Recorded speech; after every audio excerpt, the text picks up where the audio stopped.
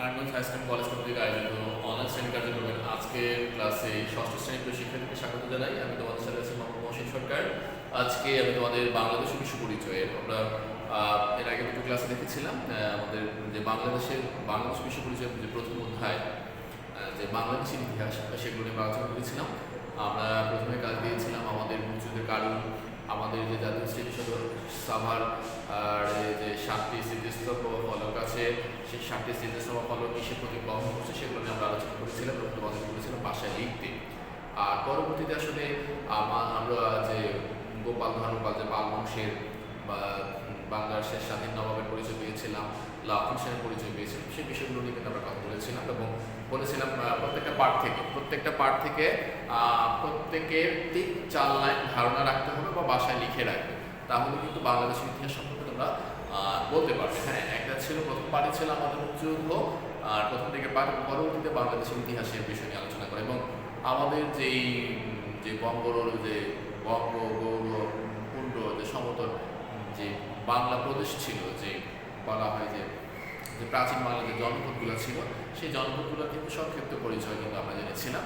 তাহলে আমরা আজকে আমাদের যে ভাষা সাহিত্য আছে, যে হ্যাঁ বাঙালি ভাষা বাংলা ভাষা আমরা প্রথম পাঠে করেছিলাম, কিন্তু যে তার আগে যে বাংলা ভাষার উৎপত্তি কী ছিল সেটা নিয়ে আমরা কথা বলেছিলাম। মহেঞ্জোদারো হরপ্পা নগরী পরিচয় আমরা পেয়েছিলাম। আমরা আজকে তোমাদের সাথে যে বিষয়গুলো নিয়ে আলোচনা করব আশা করছি প্রত্যেকেই বাসায় দেখবে, পড়বে এবং শুনবে। তাহলে আমরা প্রথমেই আলোচনা করি, দেখা নেওয়া যাক যে আমাদের আজকে কি আছে মধ্যযুগে আসলে আমরা আলোচনা করব যে আমাদের প্রাচীন বাংলাদেশের গৌরব ভাষা ও সাহিত্য। আমাদের প্রাচীন বাংলাদেশের গৌরব ভাষা সাহিত্য নিয়ে আমরা আলোচনা করব। তাহলে মহাস্থানগড় আমরা জানি কোথায়, যে পূর্ণনগর যেখানে আবিষ্কৃত যে বগুড়ায়, মহাস্থানগড়ে কি ছিল, পাথরে খোদিত একটি লিপি পাওয়া গিয়েছিল। মহাস্থানগড়ে কি পাওয়া গিয়েছিল? পাথরে খোদিত একটা লিপি পাওয়া গিয়েছিল।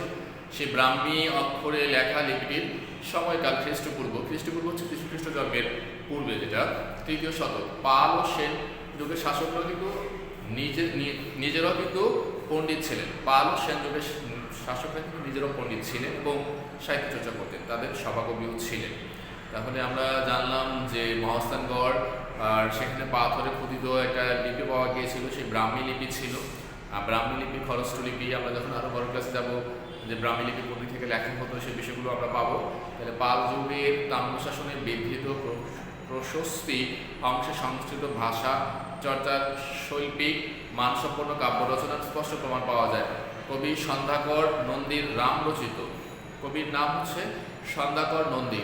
তাহলে রাম রচিত পাল যুগের প্রসিদ্ধ কাব্যগ্রন্থ। তাহলে পাল যুগের প্রসিদ্ধ কাব্যগ্রন্থ কি যদি বলা হয় সেটা অবশ্যই সবাই পড়ে নিবে। পাল যুগের প্রসিদ্ধ কাব্যগ্রন্থ, তাহলে পাল যুগের প্রসিদ্ধ কাব্যগ্রন্থটা কি? পাল যুগের প্রসিদ্ধ কাব্যগ্রন্থ হচ্ছে কি? তাহলে আমরা জানলাম যে কবি সন্ধ্যাকর নন্দীর রাম রচিত পাল যুগের প্রসিদ্ধ কাব্যগ্রন্থ। এরপরে পাল আমলের রচনা করা হয় চর্যাপদ। চর্যাপদ বাংলা ভাষার প্রাচীন নিদর্শন হিসেবে গৃহীত। তাহলে আমরা চর্যাপদের কথা শুনেছিলাম যে চর্যা গীতিকা বা চর্যাপদ বাংলা সাহিত্যের আদি ও প্রাচীন নিদর্শন। তাহলে কি বাংলা সাহিত্যের আদি ও প্রাচীন নিদর্শন, বাংলা সাহিত্যের আদি এবং প্রাচীন নিদর্শন হচ্ছে চর্যা গীতিকা বা চর্যাপদ নিদর্শন। তাহলে এই চর্যা গীতিকা হচ্ছে কি যে বৌদ্ধরা রচনা করেছিলেন, তাদের সাথে সঙ্গে ছিল এই চর্যা গীতিকায় বাংলা ভাষার ক্ষেত্রে গুরুত্বপূর্ণ। বাংলা সাহিত্যের আদি এবং প্রাচীন প্রথম নিদর্শন চর্যা গীতিকা বা চর্যাপদ। তাহলে বৌদ্ধ সহজিয়াদের সাধন সঙ্গীত গান আকারে রচনা করা হয়েছিল, সেগুলো হচ্ছে চর্যাপদ। চর্যাপদ আবিষ্কার করা হয়েছিল 1907 খ্রিস্টাব্দে। কত খ্রিস্টাব্দে আবিষ্কার করা হয়েছিল? রচনা করা অনেক পূর্বে, কিন্তু আবিষ্কার করা হয়েছে 1907 খ্রিস্টাব্দে। সেটা হচ্ছে নেপালের রাজ দরবার থেকে, নেপালের রাজ গ্রন্থাগার থেকে। নেপালের রাজ দরবার বা রাজ গ্রন্থাগার থেকে। তাহলে কত খ্রিস্টাব্দে? 1907 খ্রিস্টাব্দে। তাহলে আমরা বাংলা সাহিত্যে যে আদি বা প্রাচীন নিদর্শন চর্যা গীতিকার পরিচয় জানলাম। এগুলো ছিল সহজিয়া বৌদ্ধদের সাধন সঙ্গীত। তারা গানের আকারে এগুলো রচনা করেছিলেন। আসলে চর্যার পদকর্তাগণ যদি আমি নামও বলি যে হ্যাঁ আর্যদেবপা, ভাদপা, বসুকুপা, চাটিলপ্পা, ঢেন্ডনপা, কুকুরিপা, জয়নন্দীপা, রূপচর্যার যে গান বা পদ রচনা করেছিলেন সে তাদের রচয়িতাদের নাম আর কি পা প্রত্যেকের নামে পরে আছে যে হ্যাঁ তখন একটা কি ছিল যেটা তাদের যে সম্মানসূচক একটা উপাধি বা নিয়ম ছিল যেটা রাখতে হবে সেটা ছিল। সে রাজাগণ রাজ্য বিস্তারের পাশাপাশি নিজেরাও কিন্তু কী করেছিলেন বিদ্যাচর্চা সাহিত্য রচনা করেছিলেন। আসলে প্রত্যেক রাজ্যে কিন্তু তখন রাজা থাকে এবং তার রাজাগুলো সভাকবিও থাকে। তাহলে বলা হয়েছে যে সেন রাজা যারা ছিলেন সেন রাজারা কী করেছিলেন যে তারা নিজেরাও কিন্তু সাহিত্য চর্চা বা কাব্য রচনা করতেন, পণ্ডিতদের সাহিত্য রচনাকে তারা উদ্বুদ্ধ করতেন, তারা নিয়োগ দিতেন যে হ্যাঁ দান সাগর ও অদ্ভুত সাগর রাজা বলাল সেনের রচনা। তাহলে দান সাগর ও অদ্ভুত সাগর কার রচনা? যদি প্রশ্ন করা হয় দান সাগর ও অদ্ভুত সাগর কার রচনা, তাহলে রাজা বল্লাল সেনের রচনা হচ্ছে কি? রাজা বল্লাল সেনের রচনার নাম কি? আমরা বলেছি যে হ্যাঁ কি রচনা, যে দান সাগর ও অদ্ভুত সাগর কার রচনা? তাহলে দান সাগর ও অদ্ভুত সাগর ও কি রচনা করেন বা কার রচনা? কার রচনা? তাহলে আমরা জানলাম কি রাজা বল্লাল সেন এগুলো রচনা করেছিলেন। তাহলে তখনকার কিন্তু আসলে কাব্যের পরিচয় পাওয়া যায় কার রচনা? রাজা বল্লাল সেন। তাহলে আমরা এই ছোট ছোট প্রশ্নগুলো যখন আমাদের পরীক্ষায় কিন্তু সৃজনশীল থাকে, জ্ঞানগুলো থাকে, অনুধাবন থাকে, প্রয়োগ দক্ষতা এগুলো থাকে, আমাদের কিন্তু আস্তে আস্তে বুঝতে হবে। তাহলে আমরা নিজেরা পড়বো এবং আমরা বাসায় লিখবো, তাহলে আমরা ভালো করতে পারবো। এরপরে আমাদের আসছে যে লক্ষণ সেন পণ্ডিত ও কবি ছিলেন। পিতা লক্ষণ সেনের পিতা ছিলেন হচ্ছে কে? বল্লাল সেন। তাহলে বল্লাল সেন অসমাপ্ত অদ্ভুত সাগর থেকে সমাপ্ত করে। তাহলে আমরা জেনেছিলাম আমাদের যে অসমাপ্ত আত্মজীবনী আছে বঙ্গবন্ধু শেখ মুজিবুর রহমানের, আমাদের যে প্রধানমন্ত্রী শেখ হাসিনা এবং তার বোন শেখ রেহানার সম্পাদনায়, সেটা 2012 সালে প্রকাশ করা হয়েছিল। আর এখন আমরা জানলাম যে অদ্ভুত সাগর যে অসমাপ্ত ছিল সেটা তিনি সমাপ্ত করেছিলেন, যে রাজা যে বল্লাল সেনের পিতা সেটা সমাপ্ত করেছিলেন। সেনদের রাজসভায় যে পণ্ডিত জ্ঞানী ও কবিদের সমাবেশ ঘটেছিল। জয়দেবের গীত গোবিন্দ, তাহলে গীত গোবিন্দ কে রচনা করেছিলেন? জয়দেব কে রচনা করেছিলেন? গীত গোবিন্দ। তাহলে আমাদের পরীক্ষা কিন্তু আসতে পারে গীত গোবিন্দ কে রচনা করেছিলেন? গীত গোবিন্দ রচনা করেছিলেন কে? জয়দেব। তাহলে জয়দেব কি রচনা করেছিলেন? গীত গোবিন্দ রচনা করেছিলেন। আমাদের কিন্তু এগুলো মনে রাখতে হবে এবং লিখে নিতে হবে তাহলে কি রচনা করেছিলেন। এই যে বিষয়গুলো যে গীত গোবিন্দ কবীন্দ্র ধোয়ারের পবন দূত কাব্য অমর সাহিত্যকর, মানুষের মুখে মুখে ছড়িয়ে থাকা কবিতা সেন যুগের শেষ দিকে শ্রীধর দাস এবং সংকলন নামে এগুলো কি আসলে রচনা করা হয়েছিল। আর পাল যুগে বাংলাদেশের শিক্ষা সম্বন্ধে খুব বেশি জানা যায় না, কারণ অনেক পূর্বের কথা। তবে পাল যুগে শিক্ষার ব্যাপক বিস্তার দেখে অনুমান করা যায় মৌর্য ও গুপ্ত যুগেও শিক্ষা প্রচলন ছিল। যে হ্যাঁ মৌর্য গুপ্ত যুগে কিছু শিক্ষা ব্যবস্থা চালু ছিল, সেটা বোঝা গিয়েছে। বাংলাদেশে পাল যুগের অনেক বৌদ্ধবিহার আবিষ্কার হয়েছিল এবং এখন যেগুলো আছে বিহারগুলো ছিল কি শিক্ষা প্রতিষ্ঠান। কি করা হতো সেখানে বিহারগুলোকে জ্ঞান শিক্ষা দেওয়া হতো, গবেষণা করা হতো এবং যেই পণ্ডিত যারা ছিলেন তারা কি করতেন, ছাত্ররা আসতো তাদেরকে পড়াশোনা করাতেন। এখানকার শিক্ষককে বলা হতো কি আচার্য বা ভিক্ষু বলা হতো। আমরা জানি বৌদ্ধ সম্প্রদায়ের লোকদের বলা হয় ভিক্ষু, তাহলে আচার্য বা ভিক্ষু বলা হতো। আর শিক্ষার্থীদের বলা হতো শ্রমণ, হ্যাঁ তারা শুনতেন মন দিয়ে। আর বর্তমান যুগে আবাসিক বিশ্ববিদ্যালয়ের মতো বিহারেও ছাত্রদের থাকার ব্যবস্থা ছিল। প্রাচীন বাংলাদেশে হিন্দুদের প্রাথমিক বিদ্যালয় 3 ধরনের ছিল, যেমন গুরুগৃহ, চতুষ্পাঠী এবং পাঠশালা। তাহলে 3 ধরনের শিক্ষা ব্যবস্থা ছিল, গুরুগৃহ ছিল, চতুষ্পাঠী ছিল এবং পাঠশালা ছিল। রাজা মন্ত্রী বা অভিজাত পরিবারের ছেলেরা গুরুগৃহে পড়ার সুযোগ পেত। তাহলে গুরুগৃহে পড়ার সুযোগ পেত রাজা বা রাজ পরিবারের সদস্য বৃন্দরা। কোথায় পড়ার সুযোগ পেত? গুরুগৃহে পড়ার সুযোগ পেত। ছাত্ররা গুরুর বাড়িতে থাকতো এবং গুরুর কাছ থেকে পড়াশোনা করতো। আর চতুষ্পাঠীতে পারত কেবল ব্রাহ্মণ ঘরের ছেলে মেয়েরা। তাহলে ব্রাহ্মণ ঘরের ছেলেমেয়েরা কোথায় পড়াশোনা করতো? চতুষ্পাঠীতে পড়াশোনা করতে পারতো ব্রাহ্মণ ঘরের ছেলেমেয়েরা। তাহলে রাজ পরিবার, ব্রাহ্মণ এবং ছাত্র 3 ধরনের জন্য কিন্তু 3 ধরনের শিক্ষা ব্যবস্থা ছিল তখনকার সময়ে। আর সংস্কৃত ভাষা শেখানো হতো যাতে টোলের উচ্চশিক্ষা গ্রহণ করতে সুবিধা হয়। আসলে টোল আমরা আশা করছি তোমরা বাসায় যখন পড়বে তখন বুঝতে পারবা। আমরা এবার চলে যাচ্ছি মধ্যযুগে বাংলাদেশের অবস্থায়। আমরা তাহলে এখন আলোচনা করবো মধ্যযুগে বাংলাদেশের অবস্থা। কি আলোচনা করবো? মধ্যযুগে বাংলাদেশ। তাহলে মধ্যযুগে বাংলাদেশ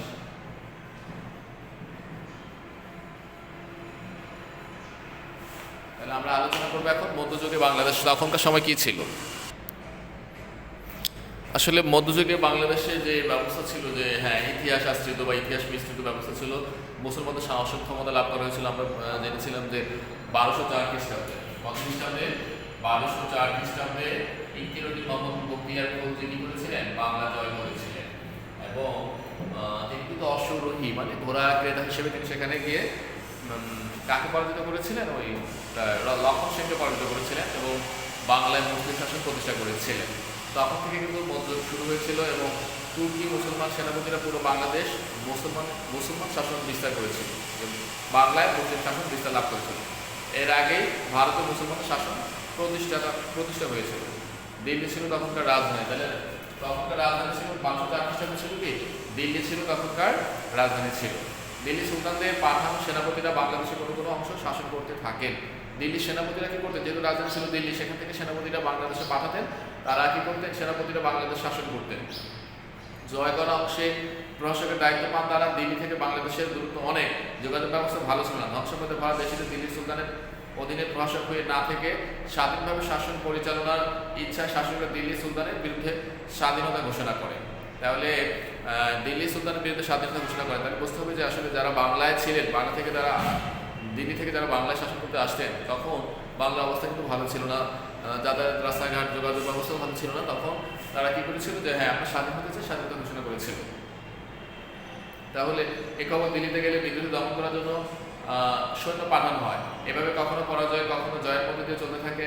একসময় পুরো বাংলাদেশ স্বাধীন হয়ে যায়। এই স্বাধীনতা টিকে থাকে 1338 খ্রিস্টাব্দ থেকে 1538 খ্রিস্টাব্দ। তাহলে এই 1338 থেকে প্রায় 1538 এই 200 বছর কি ছিল, স্বাধীনতা টিকে ছিল। এর মধ্যে 1526 খ্রিস্টাব্দে দিল্লির সুলতানি শাসনের অবসান হয়।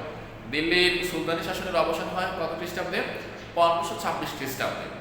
তখন ভারত দখল করে নিয়েছিল আরেকটি মুসলমান শক্তি, তারা মোগল নামে পরিচিত ছিল। আসলে মোগল সম্রাট নাম শুনেছিলাম যে হ্যাঁ সম্রাট আকবর, শাহজাহান, এই নামগুলো কিন্তু মোগল রাজবংশ। তখন তারা কি করেছিল, বাংলায় চলে এসেছিল এবং আফগান বংশের মুসলমান শাসকেরা কিছুকাল বাংলাদেশের স্বাধীনতা টিকিয়ে রাখেন। এই সময় বাংলার কিছু কিছু অঞ্চল এবং ভারতের কিছু কিছু অঞ্চলে মোগল সাম্রাজ্য আধিপত্য বিস্তার শুরু হয়। সম্রাট আকবর আমাদের এই বাংলাদেশ দখল করতে পারেন নাই, কারণ আমরা জানি বাংলাদেশের বড় বড় জমিদারদের বলা হতো বারবিয়া।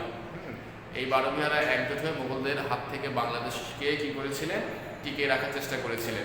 শেষ পর্যন্ত মোগল সম্রাট জাহাঙ্গীরের সময় 1610 খ্রিস্টাব্দে বাংলাদেশ মোগলদের অধীনে আসে। কত সালে আসে, 1610 খ্রিস্টাব্দে। স্বাধীনতা হারিয়ে এবার বাংলাদেশে দিল্লির অধীনে একটি প্রদেশ পরিণত হয় এবং এদেশে পরোক্ষভাবে মোগল শাসন চালু হয় 1757 খ্রিস্টাব্দে। তাহলে বাংলায় মোগল শাসন চালু হয়, মোগল শাসন চালু হয় কত খ্রিস্টাব্দে, 1757 খ্রিস্টাব্দে বাংলায় কি চালু হয়, মোগল শাসন চালু হয়। তাহলে মোগল শাসন 1757 খ্রিস্টাব্দে চালু করা হয়েছে। আর বাংলায় যারা যে আমাদের নারায়ণগঞ্জ, ইশাখা, সোনারগাঁ, মুসাখা, তাদের নাম শুনেছিলাম, তারাও চেষ্টা করেছিলেন আসলে, কিন্তু সেটা পারেন নাই। এরপরে এবার আমরা চলে আসি যে হ্যাঁ আধুনিক যুগে বাংলাদেশ। তাহলে আমরা মধ্যযুগের কথা জানলাম এবং এখন আমাদের বইয়ে যে পাঠে আছে আধুনিক যুগে বাংলাদেশ, সেটা নিয়ে আমরা আলোচনা করব।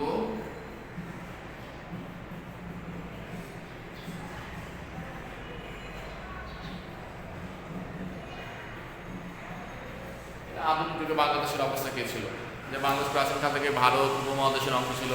মুসলমান শাসনের অবসান ঘটিয়ে ভারত উপমহাদেশের শাসন ক্ষমতায় বসে ইংরেজরা।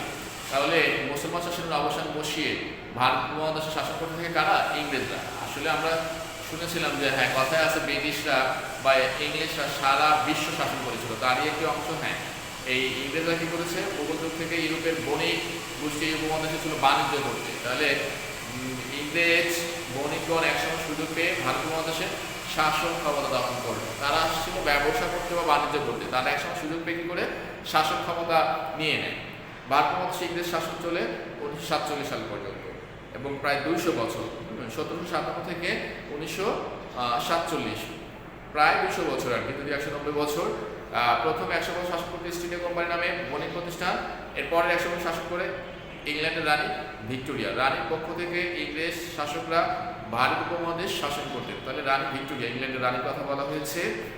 এই বিদেশি শাসককে মেনে নিতে পারেনি বাংলাদেশের মানুষ, তাই তারা বিভিন্ন পর্যায়ে ইংরেজ শাসনের বিরুদ্ধে কি করেছিল, ভারত ও পাকিস্তান, ইংরেজরা 1947 সালে ভারত উপমহাদেশ ছেড়ে চলে যায়। কারা চলে যায়? পাকিস্তান ওই ভারত উপমহাদেশ চলে যায়। কত সালে? 1947 সালে। কারণ ভারত এবং পাকিস্তান বা বাংলাদেশের মানুষ তখন তাদের অত্যাচার সহ্য করতে পারেনি এবং তাদেরকে বিতাড়িত করার চেষ্টা করেছিল। তখন জন্ম হয়েছিল ভারত এবং পাকিস্তান, আর পাকিস্তানের একটি অংশ আমাদের বাংলাদেশ আর পাকিস্তান। যদিও দুই পাকিস্তানের মধ্যে দূরত্ব প্রায় 1200 মাইল। আমাদের জ্ঞানমূলক আমরা জানবো পাকিস্তান ছিল দুটো বিভিন্ন অঞ্চল। হ্যাঁ, পশ্চিম অংশকে বলা হতো পশ্চিম পাকিস্তান, আর পূর্ব পাকিস্তানকে পূর্ব অংশকে বলা হতো পূর্ব পাকিস্তান।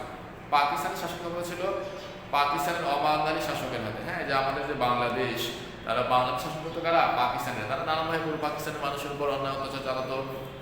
সেই থেকে তাদের যেই ভাষা, বাংলা ভাষার যে 52 সালে ভাষা আন্দোলন হয়েছিল, সেই ভাষা আন্দোলন, এরপরে পাকিস্তান সেনাবাহিনী কর্তৃক যে সামরিক শাসন, পাকিস্তান শিক্ষা ব্যবস্থার বিরুদ্ধে আন্দোলন, এরপরে আমাদের জাতির জনক বঙ্গবন্ধু শেখ মুজিবুর রহমান যে 6 দফা পেশ করেছিলেন, যে বাঙালি মুক্তির সনদ বলা হতো, যদিও 26শে মার্চের যে ভাষণ, সেই ভাষণ, এবং পরবর্তীতে আমাদের এই মুক্তিযুদ্ধ, এইভাবেই আমাদের আসলে 1971 সালে আমাদের সৃষ্টি হয় যে আধুনিক বাংলাদেশ। তাহলে আমরা আসলে এই অধ্যায়টাই আমরা আশা করছি তোমরা বাসা পড়বে। তাহলে আমাদের আজকে যে প্রথম অধ্যায় বাংলাদেশের ইতিহাস, যে আমাদের মুক্তিযুদ্ধ ছিল, এরপরে আমরা আমাদের পাল বংশ পরবর্তী বিদ্রোহ হয়েছিল, পাল যুগে আমাদের চিত্রকলা পরিচয় পাই, সেই কথা আমরা জেনেছি। আর মধ্যযুগে আমাদের যেই আসলে সাহিত্য বা কাব্যচর্চার কথা এসেছে, এরপরে আমাদের আধুনিক যুগ যে বাংলাদেশের কথা। হ্যাঁ, তাহলে আমরা জানি যে একটা সময় ভারতীয় উপমহাদেশ ছিল যে 1338 থেকে 1538, তারপরে আমাদের মুঘল রাজবংশ ছিল, এরপরে 1757 থেকে 1947, 1757 থেকে 1947, প্রায় 200 বছর বলা হয়।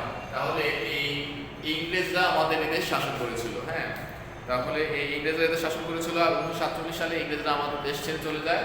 তখন হয়েছিল ভারত উপমহাদেশ, ভারত, বাংলাদেশ, পাকিস্তান। এবং ভারত কিন্তু তখন আলাদা হয়েছিল, পাকিস্তানের একটি অংশ, মানে দুটো অংশ ছিল, পূর্ব পাকিস্তান এবং পশ্চিম পাকিস্তান। পূর্ব পাকিস্তান বর্তমান বাংলাদেশ, আর পরে ছিল পশ্চিম পাকিস্তান। তাহলে এই যে বাংলাদেশের সৃষ্টি কিন্তু আসলে একই দিনে হয়নি, বাংলাদেশ কিন্তু কয়েকটা ধাপে ধাপে হয়েছে। আর এই পাকিস্তান থেকে বাংলাদেশে কিন্তু স্বাধীনতা ছিনিয়ে আনতে হয়েছে। বাংলাদেশ তাদের যেই দেশকে ভালোবেসেছেন, দেশপ্রেম যাদের মাঝে ছিল, আর পাকিস্তানের ষড়যন্ত্র করেছিল বাংলাদেশকে স্বাধীন না হতে দেওয়া এবং বাংলাদেশকে দিয়ে বাংলাদেশের উৎপাদিত পণ্য যে মান বা টাকা পেত, রাজস্ব, কর, খাজনা, সব কিন্তু পাকিস্তান, পশ্চিম পাকিস্তান নিয়ে যেত। আর চাকরির ক্ষেত্রে বৈষম্য করা হতো, ভাষা, শিক্ষায়, সকল ক্ষেত্রে কিন্তু এই পূর্ব পাকিস্তান মানে আমাদের বাংলাদেশকে পিছিয়ে রাখা হয়েছিল। সেই বাংলাদেশ আর বিশ্ব দরবারে মাথা উঁচু করে দাঁড়িয়েছে। 1971 সালে 9 মাস রক্তক্ষয়ী সংগ্রামের পর যে বাংলার আপামর সকল শ্রেণী পেশার মানুষ তাদের জীবন দিয়েছেন, শ্রম দিয়েছেন। আমরা জানি যে আমাদের সম্ভ্রম হারিয়েছেন আমাদের প্রায় 2 লক্ষ মা বোন, তাদের আমাদের কারো কারো দাদা নানা অনেকের আত্মীয় স্বজন কি করেছেন, যুদ্ধে নিহত হয়েছেন, জীবন দিয়েছেন, যুদ্ধ করেছেন বাংলাদেশকে একটি স্বাধীন সার্বভৌম রাষ্ট্রে প্রতিষ্ঠা করতে। আমরা তাদের কখনোই ভুলবো না, অবশ্যই তাদের মনে রাখবো, শ্রদ্ধা করে স্মরণ করবো। আর আমরা যে ইতিহাস জানলাম অবশ্যই প্রত্যেকে মনের মধ্যে আঁকড়ে রাখবো। হ্যাঁ, আমার জন্ম বাংলাদেশ, কীভাবে বাংলাদেশ হয়েছে, আমি দেশকে ভালোবাসবো, আমার মাঝে দেশপ্রেম জাগৃত হবে, আমি আমার দেশ কীভাবে সৃষ্টি হলো সেই বিষয়ে আমি জানবো, শিখবো, লিখবো, পড়বো। আশা করছি প্রত্যেকে ভালো থাকবা। আমরা আজকের ক্লাসে এই পর্যন্তই। আল্লাহ হাফেজ।